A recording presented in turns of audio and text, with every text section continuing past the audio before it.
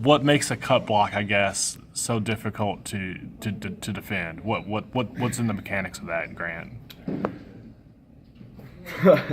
Well, it's first of all, it's different than what you don't see it as often. I think that's the first challenge, and often when you go to take on a block, you're coming with force.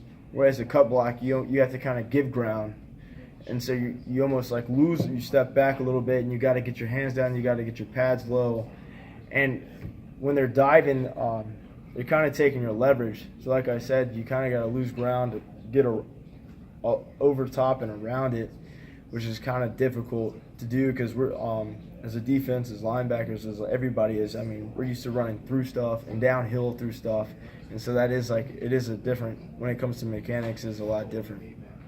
Does facing a team like Army the last couple of years does that help prepare you, and how big of a difference is it from what you'll see Saturday? I think it does prepare us in the sense of the guys that have played against Army the past couple of years. We know how they have an idea of the speed that offense is run at.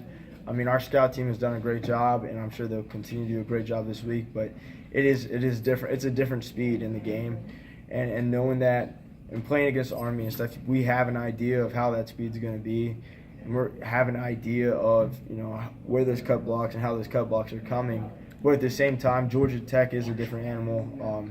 They have some bigger athletes, some bigger guys up front, and they are good at what they do. They're good at running the triple option. So who's been running the who's been Marshall for you guys on the scout team at the quarterback? Who's been there? Sage Surratt, and he's done a heck of a job. Interesting.